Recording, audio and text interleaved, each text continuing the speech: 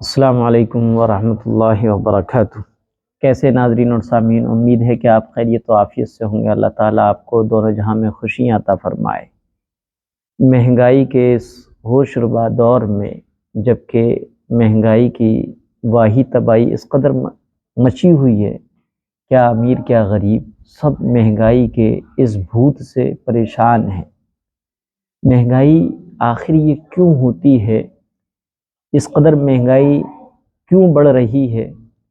آٹا جو ہے چینی کے بھاؤ اور تیل جو ہے گھی کے بھاؤ مارکیٹ میں مل رہا ہے، اس کی وجہ کیا ہے؟ اس سلسلے میں آپ کو اپنے بزرگان دین کا، اپنے اکابرین کا ایک واقعہ بتاتا ہوں اور ان کے ملفوظات کو ذکر کرتا ہوں کہ کس طریقے سے مہنگائی بڑھتی ہے اور مہنگائی کو قابو میں لانے کے لیے کیا عمل کرنا ضروری ہے۔ چنانچہ حضرت جی مولانا یوسف صاحب رحمۃ اللہ علیہ کے زمانے کا ایک قصہ ہے کہ ان کے زمانے میں مہنگائی بہت بڑھ گئی تھی۔ کچھ لوگ حضرت جی مولانا کے پاس آئے اور مہنگائی کی شکایت کی اور کہا کیا ہم حکومت کے سامنے مظاہرہ کریں، اسٹرائک کریں، دھرنا دیں اور اپنی بات پیش کریں اور ان سے یہ کہیں کہ مہنگائی پر قابو کیا جائے؟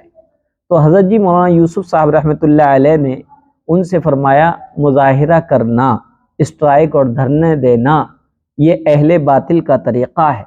پھر سمجھایا کہ دیکھو، انسان اور دنیا کی تمام چیزیں، وہ چائے کھانے کی ہوں یا پینے کی ہوں، استعمال کی ہوں، تو انسان اور دنیا کی اور کائنات کے ساز و سامان اور چیزیں دونوں اللہ تعالیٰ کے نزدیک ترازو کے دو پلڑے کی طرح ہیں۔ ترازو میں جس طریقے سے دو پلڑے ہوتے ہیں، ایسے ہی کائنات کی ساری چیزیں ترازو کا ایک پلڑا ہے اور انسان ترازو کا دوسرا پلڑا ہے۔ جب انسان کی قیمت اللہ کے یہاں پر ایمان اور اعمال صالح کی وجہ سے بڑھ جاتی ہے تو چیزوں کی قیمت والا جو پلڑا ہے وہ خود بخود ہلکا ہو کر اوپر اٹھ جاتا ہے اور مہنگائی میں کمی آ جاتی ہے۔ اور جب انسان کی قیمت اللہ رب العزت کے یہاں اس کے گناہوں، اس کی نافرمانیوں، معصیتوں، بدعکاریوں، بدعملیوں کی بہتات کی وجہ سے کم ہو جاتی ہے تو چیزوں والا پلڑا وزنی ہو جاتا ہے اور چیزوں کی قیمتیں بڑھ جاتی ہیں۔ لہذا جب انسان اللہ سے ٹوٹا ہے، اللہ سے اس کا رشتہ ختم ہوا ہے اور وہ نافرمانیوں میں، گناہوں میں بڑا ہے، اس وقت اللہ تعالیٰ نے مہنگائی کو عذاب کے شکل میں مسلط فرمایا ہے۔ لہذا ہم سب پر ایمان اور اعمال صالح کی محنت ضروری ہے تاکہ اللہ پاک کے یہاں پر ہماری قیمت بڑھ جائے اور دنیا کی تمام کھانے پینے کی اشیاء اور چیزوں کی قیمت گر جائے۔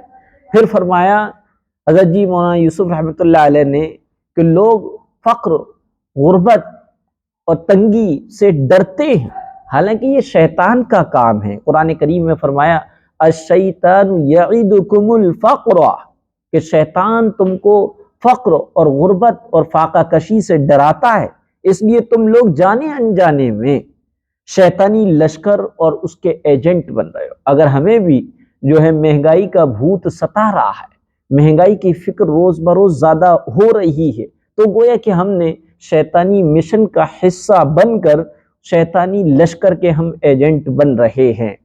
اس لیے اپنے ایمان پر مضبوطی سے جمے رہیے۔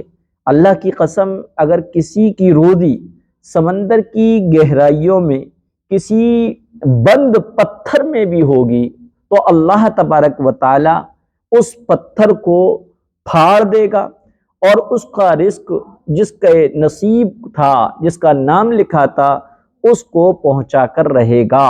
مہنگائی یقیناً اس رزق کو نہیں روک سکتی جو انسان کے لیے اللہ تبارک و تعالی نے اس کے مقدر میں لکھ دی ہے، اور مقرر کر دی ہے، اس لیے جو ہے کثرت سے استغفار کرنا چاہیے اور اللہ تبارک و تعالیٰ سے اپنا تعلق استوار کرنا چاہیے، نافرمانیوں اور بدعملیوں سے اپنے آپ کی حفاظت کرنا چاہیے۔